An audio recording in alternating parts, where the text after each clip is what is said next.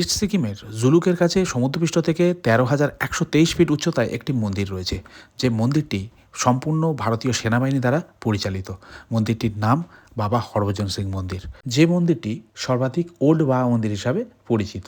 এ মন্দিরে কম বেশি আপনারা অনেকেই গিয়েছেন, আমিও আগে কয়েকবার গিয়েছিলাম, কিন্তু এবারে ওল্ড বাবা মন্দিরে গিয়ে আমার একটা আলাদা অভিজ্ঞতা হয়েছিল। এখানে দেখছিলাম সেবারে ভান্ডারা দেওয়া হচ্ছিল। এই লাইফে প্রথম আমি ওল্ড বাবা মন্দিরে ভান্ডারা গ্রহণ করতে পারলাম। এই প্রসাদ বা ভান্ডারা আমাদের কাছে অত্যন্ত একটি স্পেশাল জিনিস। তার কারণ হচ্ছে আমাদের ইন্ডিয়ান আর্মি এর তত্ত্বাবধানে রয়েছে। তারা রান্না করছে, তারা সার্ভ করছে, তারা সমস্ত কিছু দেখাশোনা করছে। এবার চটপট আপনাদের সাথে একটু শেয়ার করে নিই এখানে ভান্ডারাতে কী কী দেওয়া হয়। এখানে থাকে রাইস, তার সঙ্গে পুরি, রাজমা থাকে, একটি সবজি থাকে, স্যালাড থাকে, পাঁপড় থাকে, দই থাকে।